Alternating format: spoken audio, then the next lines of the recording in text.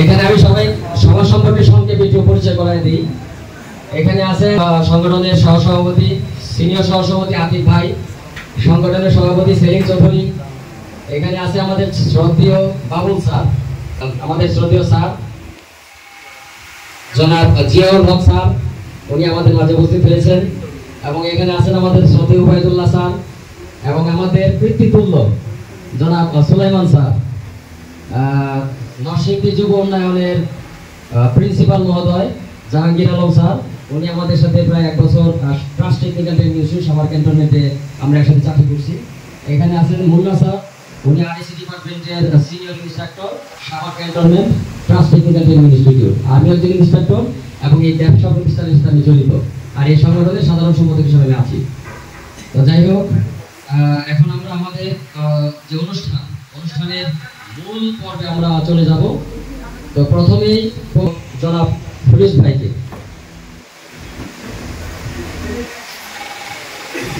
السلام عليكم ورحمة الله وبركاته. أعوذ بالله من الشيطان الرجيم.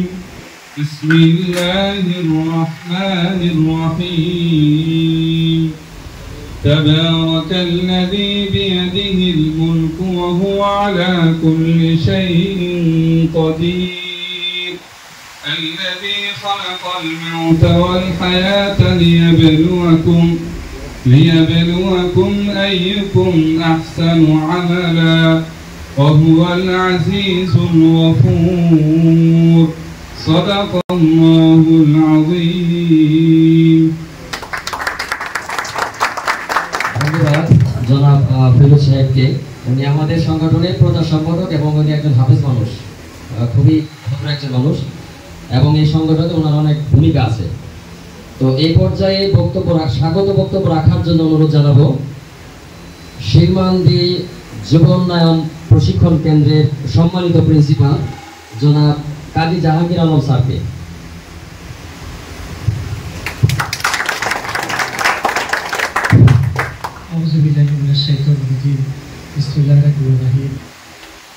এই সুন্দর আয়োজনে উপস্থিত আজকের অনুষ্ঠানের সম্মানিত সভাপতি, উপস্থিত আজকের অনুষ্ঠানের সম্মানিত প্রধান অতিথি, পরিবেশ অধিদপ্তরের কর্মকর্তাবৃন্দ, উপস্থিত এই সাভার আসলিয়া সংগঠনের সম্মানিত সভাপতি, সম্মানিত সেক্রেটারি, সাংগঠনিক সদস্যবৃন্দ, সেই সাথে উপস্থিত আমাদের অত্যন্ত শ্রদ্ধেয় বাবুল স্যার, উপস্থিত পিতৃতুল্য সর্বজন শ্রদ্ধেয় গ্রহণযোগ্য আমাদের সুলাইমান স্যার, আমাদের মুন্না স্যার, সেই সাথে সাংবাদিক বৃন্দ, পাশাপাশি যাদেরকে ঘিরে আজকের এই আয়োজন, আজকের অনুষ্ঠান, সেই আরএসি যুদ্ধ, সকলের প্রতি ট্রেনিং প্রোগ্রাম এখানে করেছেন এবং খুবই দক্ষ দুজন প্রশিক্ষক এখানে মনোনীত করেছেন। এই জন্য পরিবেশ অধিদপ্তরের প্রতি এই সংগঠন আমার ব্যক্তিগত পক্ষ থেকে কৃতজ্ঞতা প্রকাশ করতেছে।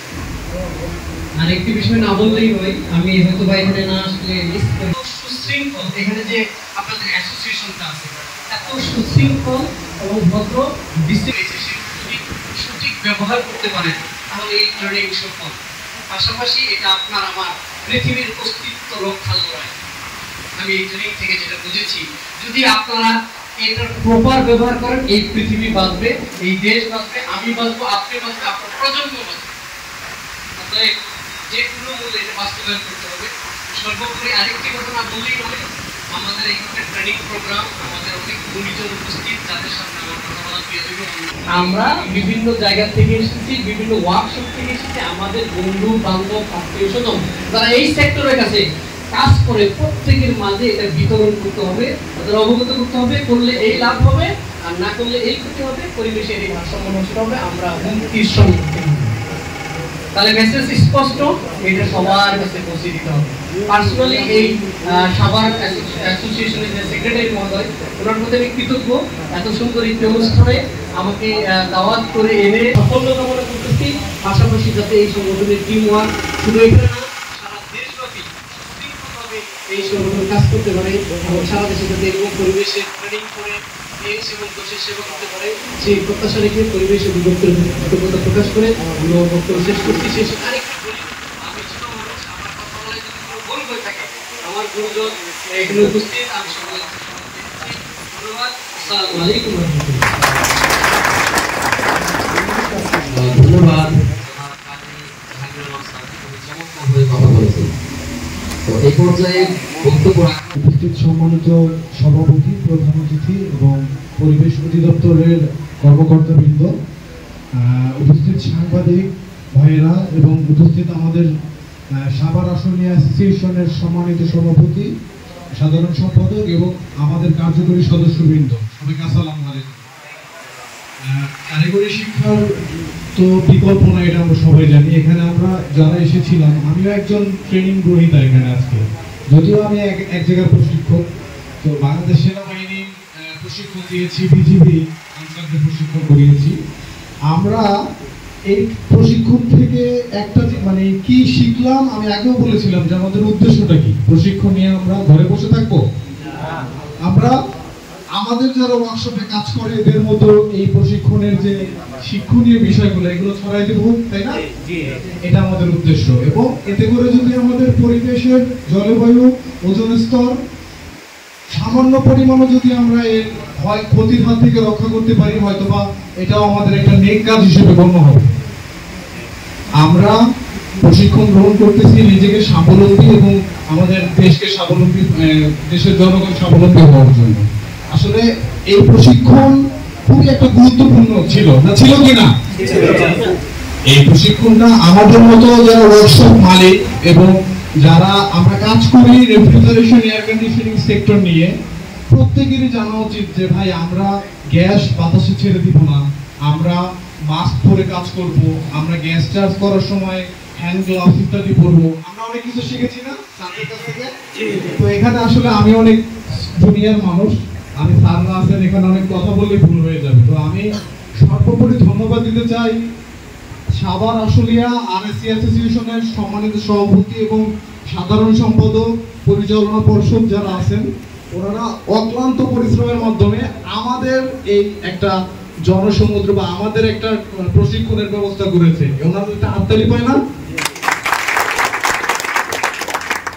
তো আমি স্যার এখানে আছেন, আমি চাইবো স্যারের কাছে, স্যার প্রধান অতিথি মহোদয়ের কাছে আমি একটা জিনিস আশা করব, আমরা সবাই আশা করি যে RSC sector, refrigeration and air conditioning সেক্টরের উন্নতির জন্য আমাদের যেন পরিবেশ অধিদপ্তর থেকে মাঠ পর্যায়ে আরো কিছু ট্রেনিং আমাদের স্যার দরকার। যেমন স্যার ইনভার্টার টেকনোলজি আসছে, এরপরে আমরা যাচ্ছি স্যার এই ইনভার্টার টেকনোলজি যেন স্যার ইনক্লুড করা হয় এই ট্রেনিং এর মধ্যে, ওয়ার্কশপের মধ্যে। এবং স্যার এখানে ভিআরএফ সিস্টেমটা নতুন আসছে, আমরা অনেক টেকনিশিয়ান ভিআরএফ এর কাজ জানি না স্যার। আমরা স্যার চাই ভিআরএফ এর যেন ট্রেনিংটা আমাদের একটু স্যার ধারণা এবং একটু প্র্যাকটিক্যালি দেখানো হোক স্যার। এটা আপনার কাছে একটা দাবি নাকি? আমি একটা কবিতা বলে আমি শেষ করতে যাচ্ছি, স্যার যদি দেয়। কারিগরে দেশ গড়ে বেশ করে আধুনিক, প্রযুক্তি সযুক্তি উন্নত সৈনিক, কারিগর হতে হলে বন্ধুর পথ চলে বিজন সৈনিক।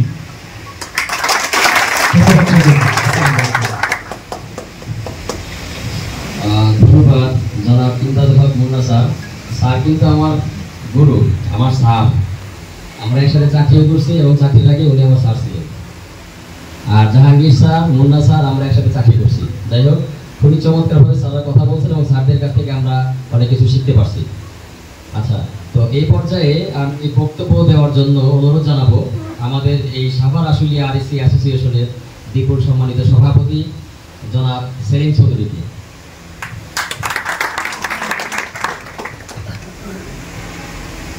আসসালামু আলাইকুম, সবাই কেমন আছেন?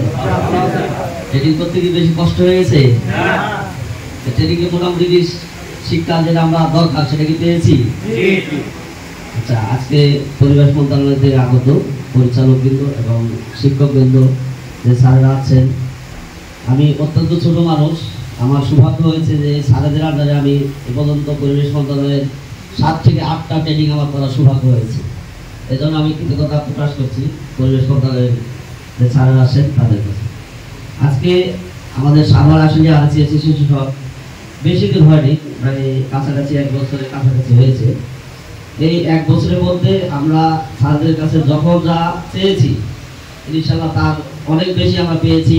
কারণ বাংলাদেশে অনেক সংগঠন আছে, সেখানে আমরা দেখেছি যে এরকম বছরে 2টা ট্রেনিং কেউই পায় না, কিন্তু আমরা যখন সংগঠনের উদ্বোধন করলাম, যখন আমরা পরিবেশ মন্ত্রণালয়ে গেলাম, স্যারদের সাথে দেখা করলাম, করার পরে আমাদের মনোযোগ সহকারে স্যাররা শুনে অন্য ডিস্ট্রিক্টের ট্রেনিং সেটা আমাদেরকে প্রথম হিসাবে আমাদেরকে উপহার দিয়েছেন এবং আমরাও সেই ট্রেনিং পেয়ে অনেক উপকৃত হয়েছি। আজকে যে স্যাররা আমাদের ট্রেনিং পেয়েছে, আমাদের আরো কিছু চাওয়া পাওয়া আছে, যেগুলা আরো অত্যাধুনিক যে ট্রেনিংগুলো আছে, যেগুলোর মাধ্যমে আমরা অনেকেই আমাদেরকে যদি এই ট্রেনিং এর ব্যবস্থাগুলো করে দেয় তাহলে আমরা অনেক উপকৃত হব। আপনারা কি বলেন? তো আমাদের চাওয়া পাওয়া একটাই যে স্যাররা অবশ্যই আমাদের উপর বিবেচনা করবেন, আর আমরা যেন স্যারদের সাথে ভালোভাবে মিলেমিশে এই সংগঠনকে আগের সামনে নিয়ে যেতে পারি, এই জন্য স্যারদের সহযোগিতা কামনা করছি। ধন্যবাদ সবাইকে। আসসালামু আলাইকুম। দেখিয়েছেন এবং আমরা একই সময়ের ভিতরে কাছাকাছি সময়ের মধ্যে 2টা ট্রেনিং পেয়েছি। তো ভবিষ্যতে যদি এই পরিবেশ অধিদপ্তর থেকে আরও কোনো ট্রেনিং, আরও উন্নত মানের ট্রেনিং যদি হয়, আরও যদি এটাকে 2 দিনের ট্রেনিং না করি স্যার যদি একটু বাড়িয়ে দেওয়া যায়, সেই ক্ষেত্রে এখানে কিন্তু প্রত্যেকেই এত পরিমাণে আগ্রহ যে ওনাদেরকে যদি 7 দিনের একটা ট্রেনিং করানো যেত এই ট্রেনিংটা, তাহলে মনে হয় আরও ভালোভাবে এটা শিখতে পারতো। এবং এটার যে একটা তো এখানে যদি টাইমটা যদি একটু বাড়িয়ে দেওয়া যায় এবং ট্রেনিংটাকে যদি আরেকটু লং করা যায়, আমার মনে হয় জিনিসটা আরো ভালো হয়। আর এখানে এই ট্রেনিংটা আরেকটু ভালো হবে এবং সময়টা একটু বেশি নিয়ে হোক, এটা আপনারা কয়জন চান?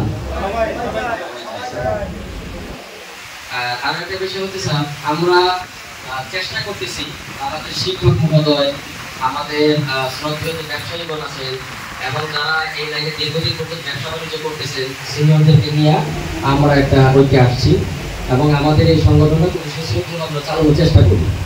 তো আমাদেরকে যদি পরিবেশ অধিদপ্তর নিজের সরকারি হোক বা সরকারি অর্থনীতি হোক, যেভাবেই হোক, যদি কিছু মানে কমন জিনিস যেগুলি সচরাচর আমরা কিনতে পারি না, আমাদের ফান্ডিংয়ে আমরা এটা করে থাকি না। আচ্ছা, তো আমি আর কথা বাড়াবো না। আরেকটা কথা বলার দরকার ছিল যে আমাদের এই সংগঠনটাকে রেজিস্ট্রেশন করতে হবে। এছাড়া আরও কিছু উন্নয়নমূলক বিষয় আছে সামনে। আমরা এই সকল বিষয় নিয়ে যদি কোথাও আটকা পড়ে যায়, ইতিমধ্যে উবাইদুল্লাহ স্যারের সঙ্গে আমরা কথা বলছি, শরীফ স্যারের সঙ্গে কথা বলছি এবং শরীফ স্যারের সহযোগিতার মাধ্যমে প্রথম আমরা এই ট্রেনিংটা পাই। স্যারদের প্রতি আমরা কৃতজ্ঞতা জানাই। আর যদি কোথাও আটকা যায় স্যার, অবশ্যই আপনাদের শরণাপন্ন হব এবং আমরা আশা করি স্যার আপনি আমাদেরকে সহযোগিতা করবেন, যাতে করে আমরা একটা ভালো জায়গায় এই সংগঠনটা নিয়ে পৌঁছাতে পারি।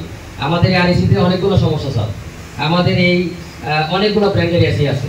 এই এসিগুলার এলজি কোম্পানি একটা, ওয়ালটনের একটা, বিভিন্ন কোম্পানি বিভিন্ন রকমের ইরোর কোড। এই ইরোর কোড মুখস্থ করতে করতে আমাদের এখন যেতে হবে বিকালে একটা, সকালে আরেক কোম্পানি এসি। এই জিনিসটা একটা বিশাল একটা চাপ পড়ে যায় আমাদের প্রতিদিন করে। এটা আপনারা যখন অনেক বড় জায়গায় আছেন, আপনারা জ্ঞান ব্যবহার করে আমাদের এই যে বিষয়গুলি আছে, কাজগুলি বিষয়গুলি যদি একটু সহজ করে দেওয়া যায় স্যার, যাতে আমাদের এই ব্রেনের উপর যেন চাপ না পড়ে, আমরা যেন কাজগুলি সহজভাবে করতে পারি। এরকম অনেক বিষয় আছে যেগুলি আমরা শেয়ার করতে গেলে সময় লেগে যাবে, সময় নষ্ট করবো না স্যার। পরিবেশ অধিদপ্তর স্যারকে বক্তব্য রাখার জন্য অনুরোধ জানাচ্ছি।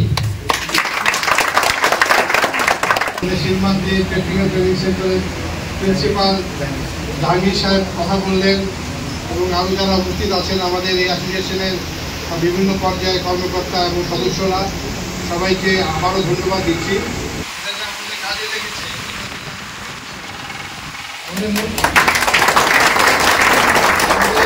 আমাদের যে কয়েকজন মাস্টার ট্রেনার আছে, তার মধ্যে আছেন আমাদের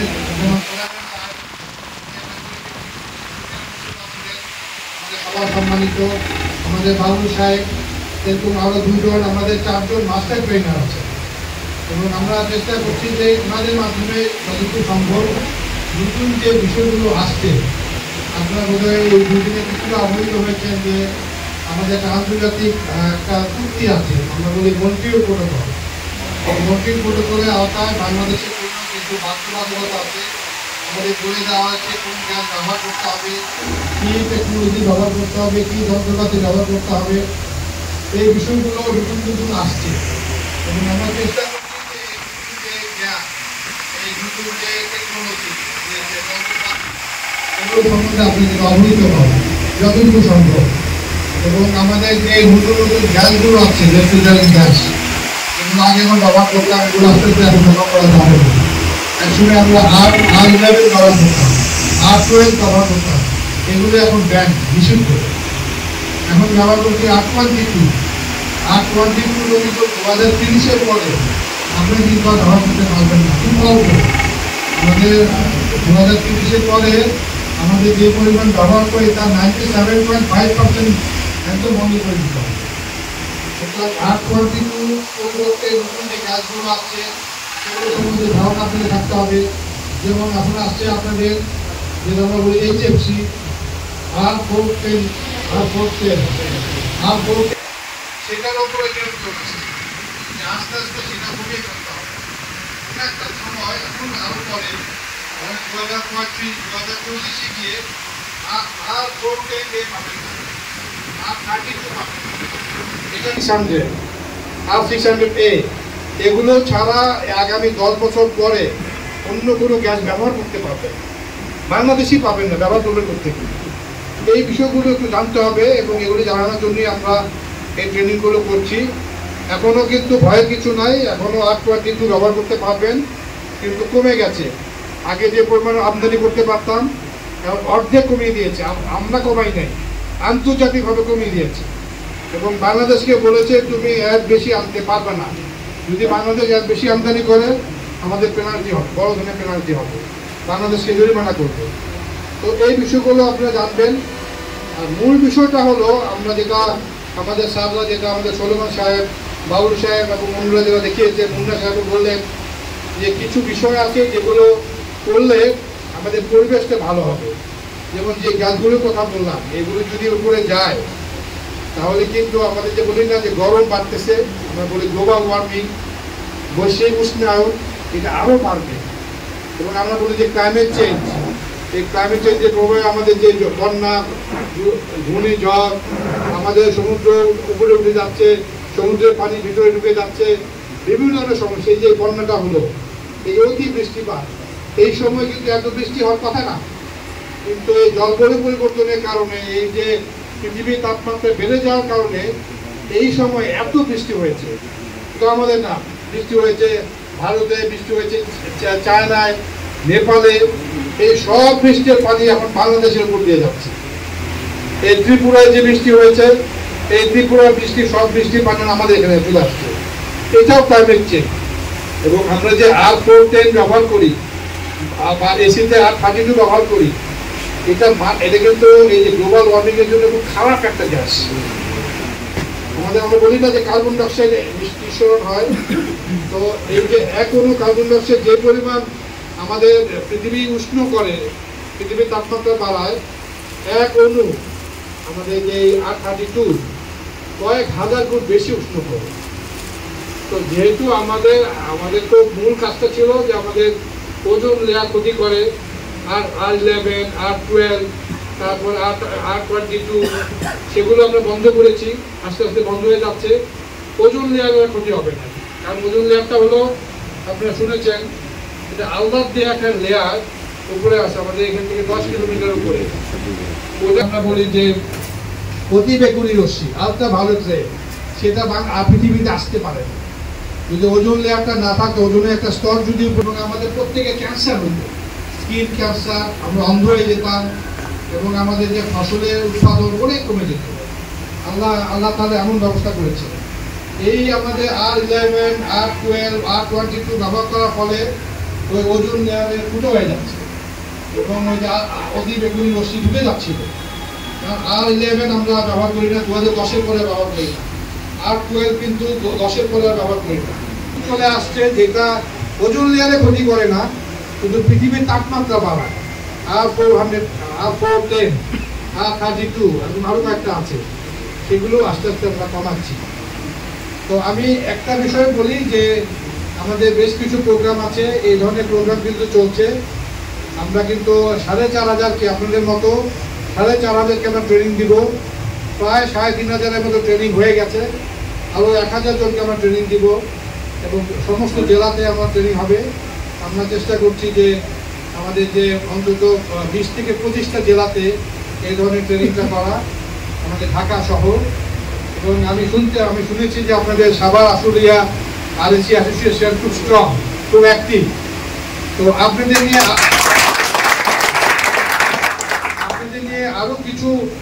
আরও কিছু প্রোগ্রাম করা যায় কিনা এটা আমি এইমাত্র আলোচনা করলাম। সামনে কিছু প্রোগ্রাম আছে, আমি আপনাদেরকে আমন্ত্রণ করব। যেমন একটা বড় প্রোগ্রাম আছে 16ই সেপ্টেম্বর, এটা হলো বিশ্ব ওজন দিবস। ঢাকাতে করি, ঢাকাতে একটা বড় র্যালি করি। সেখানে আমাদের আগের মন্ত্রীরা আসতেন, এখন মাননীয় উপদেষ্টা আসবেন, আমাদের উপদেষ্টা উনি আসবেন, আমাদের সচিবরা থাকবেন, বড় বড় লোকজনরা থাকবেন। আর আমরা একটা সেমিনার করি, বড় মনে হয় 16 তারিখে র্যালিটা করবো। 16 তারিখ আমার বন্ধ, আপনাদেরকে জানানো হবে। ওই র্যালিতে আমরা আপনাদের 10 থেকে 15 জনকে চাই। আপনারা কষ্ট করে ঢাকায় যাবেন। গত বছর র্যালিটা হয়েছিল আমাদের শাহবাগের মোড় থেকে আমাদের ওই যে শহীদ মিনার পর্যন্ত।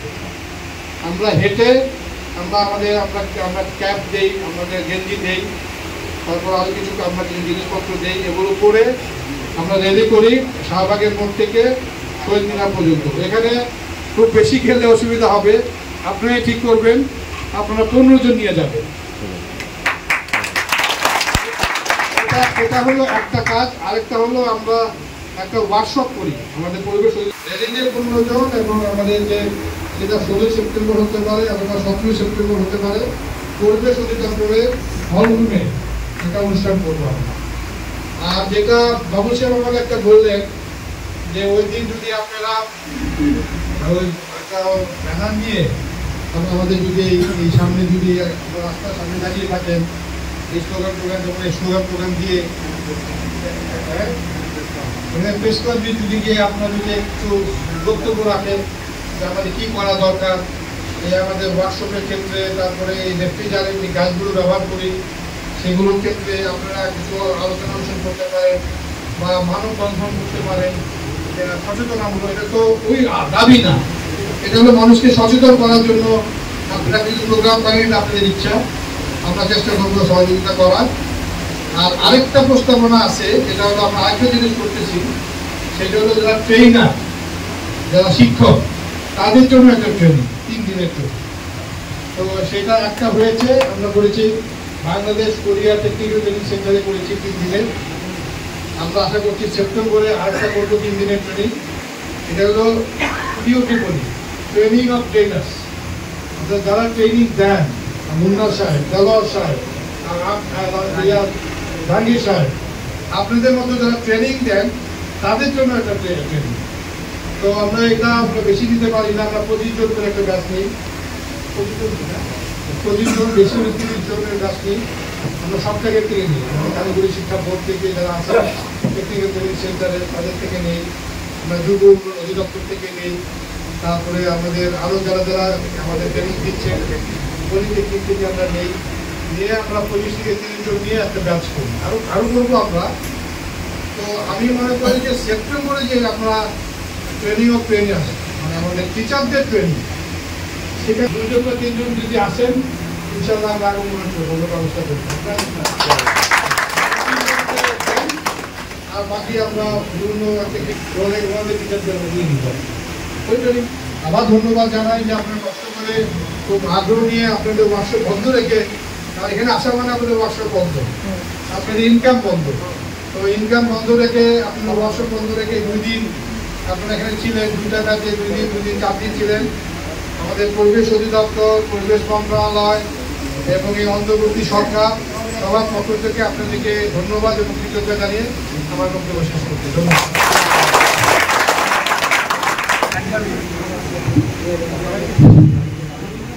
ধন্যবাদ শ্রদ্ধেয় স্যারকে, খুবই চমৎকারভাবে আমাদেরকে বুঝিয়েছেন এবং বেশ কিছু সুযোগ সুবিধা ইতিমধ্যে আমাদেরকে দেওয়ার আশ্বাস দিয়েছেন। তো এই পর্যায়ে কিছু সার্টিফিকেট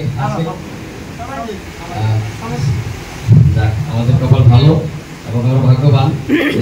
এই সার্টিফিকেটগুলো নিজের হাতে আজকে যারা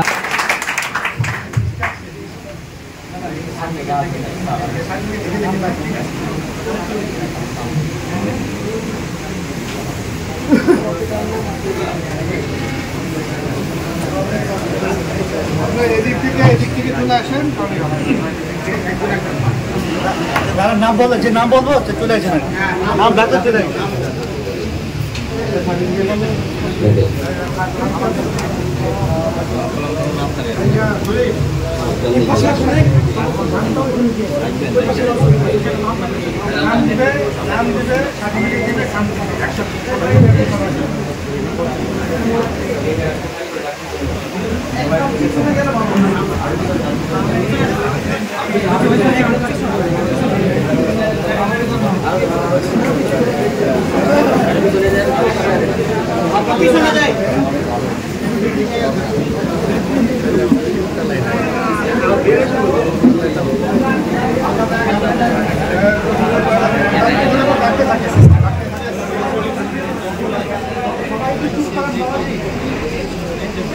সার্টিফিকেট গ্রহণ করার জন্য অনুরোধ জানাচ্ছি জনাব Munna, Trust Technical Training Institute, please sir.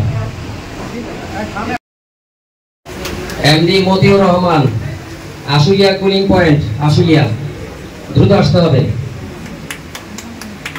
MD Rubel, model refrigeration, Ashulia, Matiur Rahman. MD Munna Hossain, Ashulia cooling point. MD Raju Ahmed, sound refrigeration. Raihan,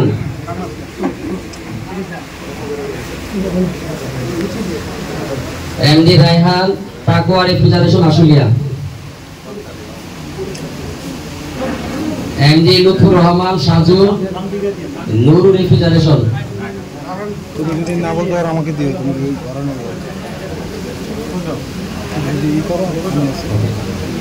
MD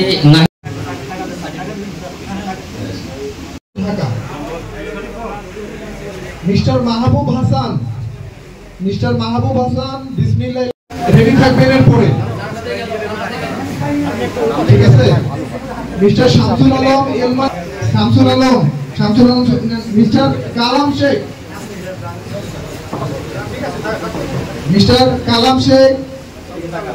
Kalam electronics.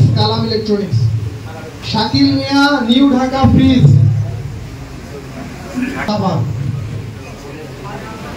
Mister Masud Khan, Shotota refrigeration, Dhaka. Mister Sujat Das, new Dhaka fridge and refrigeration, Savar. Mohammad Ashraf Ali, Ashraf refrigeration, Dhamrai.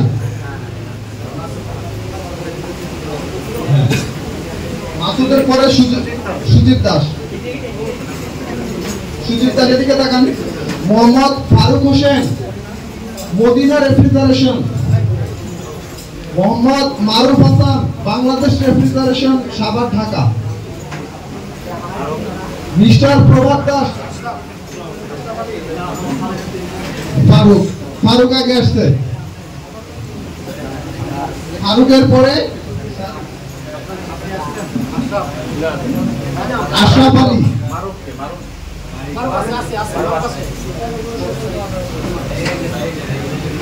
Mister Provat Das, Manikganj fridge. Prabhat Das. Rafiq Mia, Dhaka fridge and air condition. নাই Rafiq Mia. Mohammad Emon, cooling solution. একটু তাড়াতাড়ি ready থাকবেন, আমি যার নাম বলবো একটু ready থাকবেন দয়া করে। Mohammad Minhajul Islam, Rabeya refrigeration.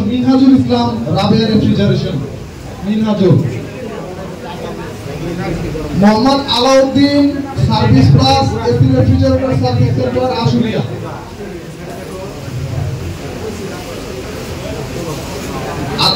Enamul Islam, technical refrigeration service, Enamul Islam.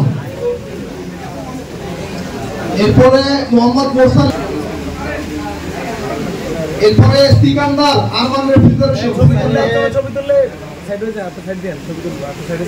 Mohammad Ashraful Islam Ma electric and refrigeration Savar Dhaka,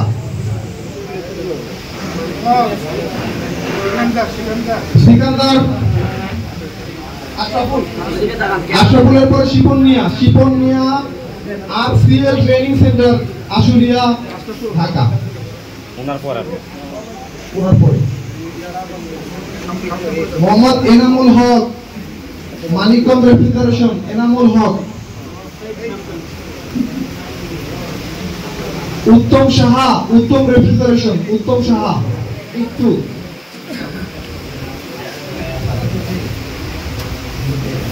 Kazi Jahangir Alam শিলামন্দি youth development centre Narsingdi, এরপরে তানভীরুল ইসলাম মদিনা রেফ্রিজারেশন, তানভীরুল ইসলাম মদিনা রেফ্রিজারেশন, তানভীরের পরে মাসুদ রানা বাবা মায়ের দোয়া রেফ্রিজারেশন, বাবা মায়ের দোয়া, তানভীর একটু ওনার রাখতে দেন, মাসুদ রানা, হেলাল কবির Helal Nim refrigeration, Helal Nim refrigeration, Habibur Rahman Mirpur refrigeration, Habibur Rahman, আপনি হেলাল, মোবারক হুসাইন আল মদিনা ইঞ্জিনিয়ারিং ওয়ার্কশপ,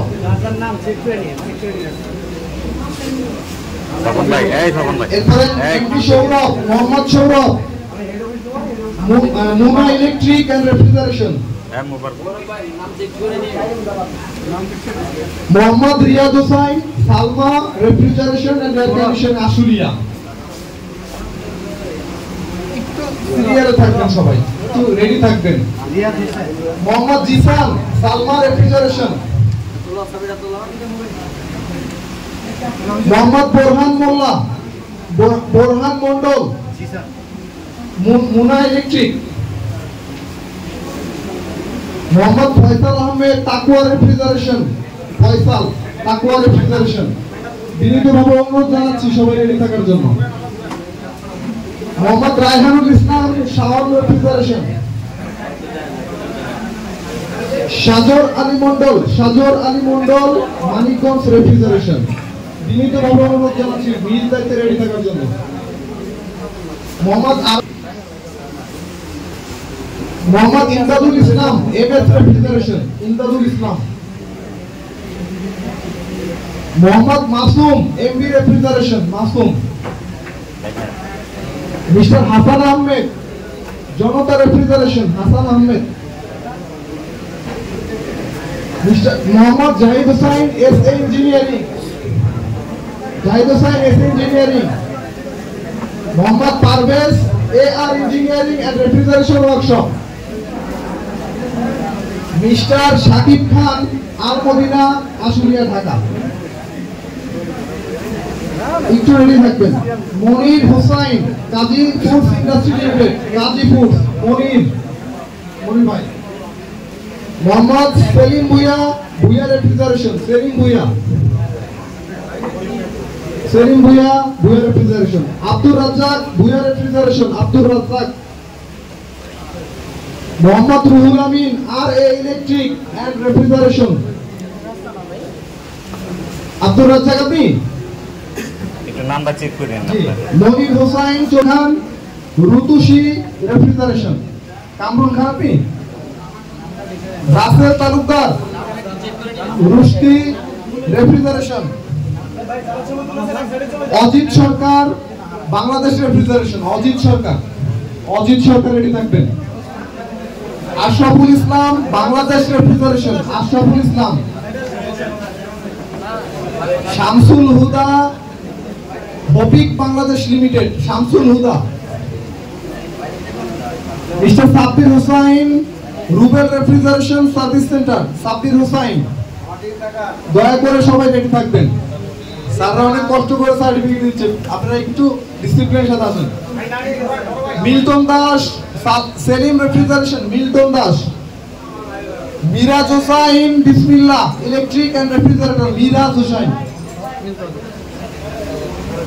ইমন Ahmed, Rubel refrigerator service centre, Emon Ahmed, Emon Ahmed. Ganesh Chandra Sarkar, Ganesh Chandra Sarkar, Ganesh Chandra সরকারের উপস্থিত থাকবেন। Ramzan, AC Bazar Mirzapur, Antar Sarkar. Mohammad Shahin, Noor enterprise, Mohammad Shahin, Noor enterprise.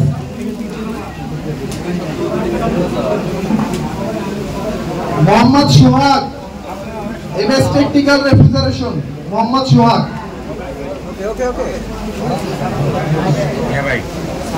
দিকে থাকে এই যে এদিকে বিশাল লোক এদিকে এই বিশাল লোক ওকে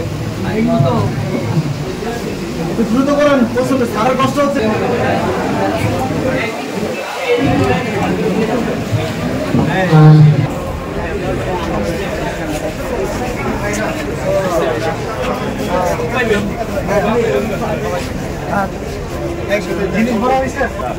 ঠিক আছে, কষ্ট করছে স্যার, অনেক খুশি হয়েছে। ওই যে আমাদের সাথে যোগাযোগ আছে, ট্রেনের পার্টটা যেটা আমরা মানে প্রশিক্ষকদের জন্য এইটা ট্রেনিং করতে আমরা ওই তিনজনেই বেশি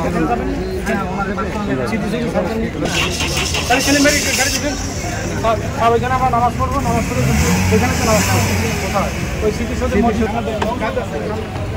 আমাদের অনেক গুরুত্বপূর্ণ গান আছে।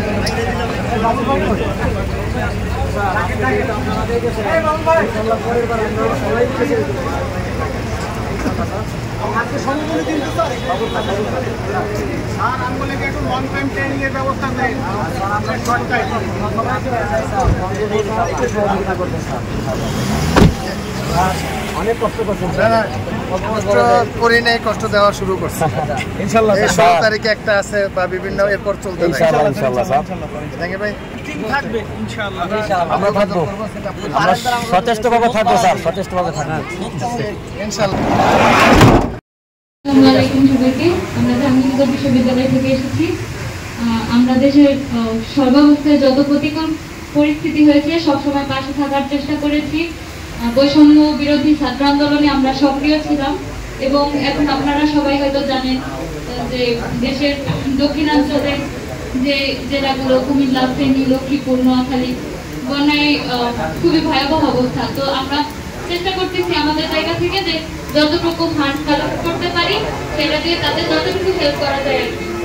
তো গত 2 দিন ধরে আমরা কাজ করতেছি নবীনগর, 20 মাইল, বাইপাইল, আরো এই এরিয়াগুলোতে কাজ করতেছি। যতটুকু টাকা উঠবে বা এরকম আমরা সেটা একটু ওখানে পৌঁছে দেওয়ার ব্যবস্থা করবো, বা বন্যায় আক্রান্ত যারা হয়েছে তাদের জন্য প্রয়োজনীয় যে জিনিসপত্রগুলো সেগুলো যতদূর পারি কিনে দেওয়ার চেষ্টা করবো। যারা শরীক হয়েছে তাদেরকে ধন্যবাদ।